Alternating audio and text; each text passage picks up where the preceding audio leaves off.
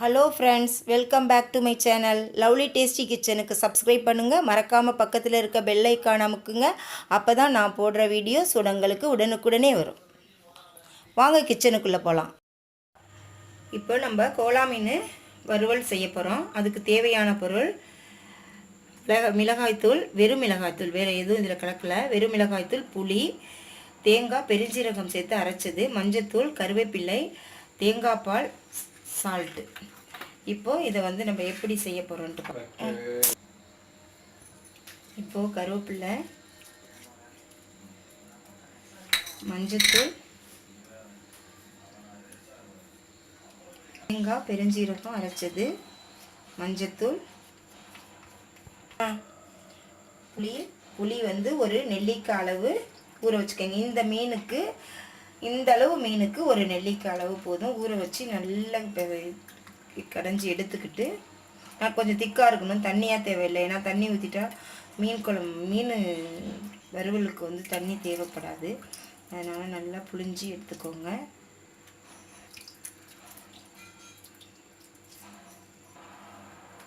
அப்புறம் வெறும் மிளகாய்த்தூள் தேவையான அளவு.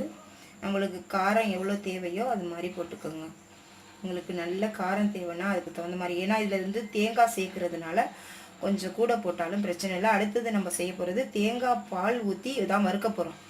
தேங்காய் பாலும் எண்ணெயும் ஊற்றி வறுக்கும் போது அதோட உரப்பு போயிடும். இப்போ நம்ம நல்லா போட்டு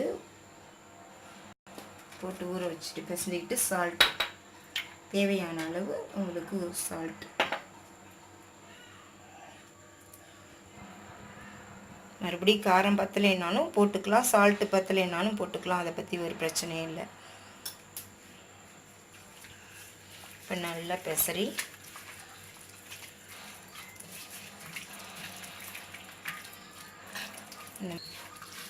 கோலா மீனுங்கும் போது எவ்வளோக்கு எவ்வளோ நீங்கள் வந்து தேங்காய் பால் சேர்க்குறீங்களோ அவ்வளோக்கு அவ்வளோ கோலா மீன் டேஸ்ட்டு கொடுக்கும்.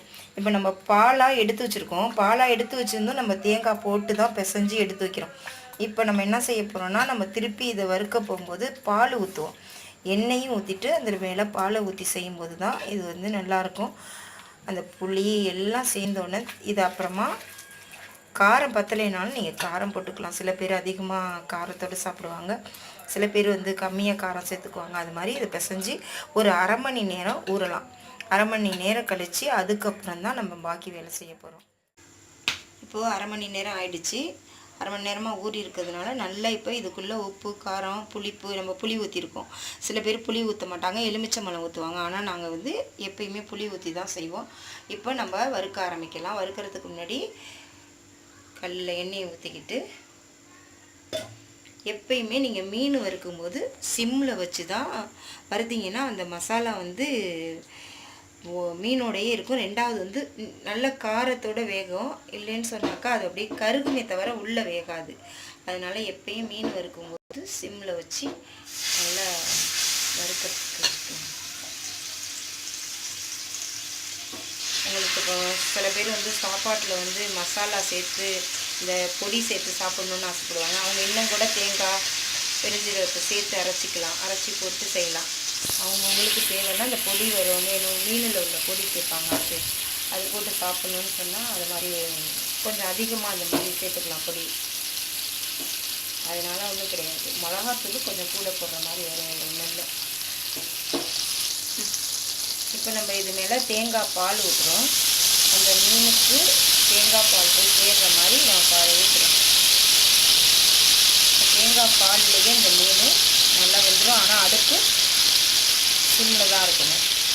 அப்போ தான் தேங்காய் பால் நல்லா தேங்காய் பால் இப்போ இதில் கலந்து ஊற்றிருக்கோம். தேங்காய் பால் எண்ணெய் ஊற்றிருக்கோம். இது இப்போ நல்லா வேகட்டும். அடுப்பு சிம்மில் தான் இருக்கணும் எப்போயுமே. அப்போ தான் நம்மளுக்கு அடி பிடிக்காமல் எடுக்க முடியும், மீன் உடையாமல் எடுக்க முடியும். இப்போது பிரட்டி போட்டுக்கலாம்.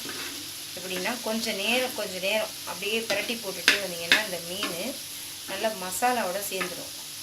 இப்போ மசாலாவோட வேகுது. மீன் சிம்மில் இருக்குது, கொஞ்சம் லைட்டாக வச்சுட்டு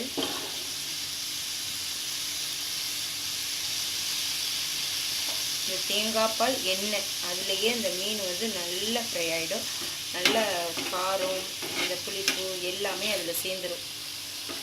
இதில் வர தூளை கூட நம்ம சாப்பாட்டில் போட்டு நீங்கள் சாப்பிட்றதுக்கு சில பேர் ஆசைப்படுவாங்க. அது மாதிரி இருந்துச்சுன்னா நீங்கள் கொஞ்சம் தேங்காய் சேர்த்துக்கிட்டிங்கனாக்கா நல்ல தூள் கிடைக்கும். தூளை வந்து நம்ம சாப்பிட்றதுக்கு யூஸ் பண்ணிக்கலாம். ரெடி ஆகிடுச்சு. இப்போ எடுத்து தட்டில் எடுத்து வச்சுருவோம். இந்த பதம் வந்த பிறகு தான் இதை அப்படியே நான் சிம்மில் வச்சு தான் வறுத்துருக்கேன். வேகமாக வைக்கக்கூடாது. ஏன்னு கேட்டிங்கன்னா மேலே கருப்பாகுமே தவிர உள்ளே வெந்திருக்காது. உப்பு உரப்பு எதுவுமே சேராமல் போயிடும். அதனால் சிம்மில் வச்சு வறுத்து அந்த மசாலாவோட சேர்க்கும் போது தான் இந்த டேஸ்ட்டு கிடைக்கும். அப்போ தான் அந்த கவுச்சி இல்லாமல் இருக்கும். நம்ம வந்து சாப்பிடும்போது ரெடி ஆகிடுச்சு. இதை உங்கள் வீட்டில் செஞ்சு பார்த்துட்டு சாப்பிட்டுட்டு கமெண்ட் பாக்ஸில் கமெண்ட் பண்ணுங்கள். லைக் பண்ணுங்கள், ஷேர் பண்ணுங்கள், சப்ஸ்கிரைப் பண்ணுங்கள்.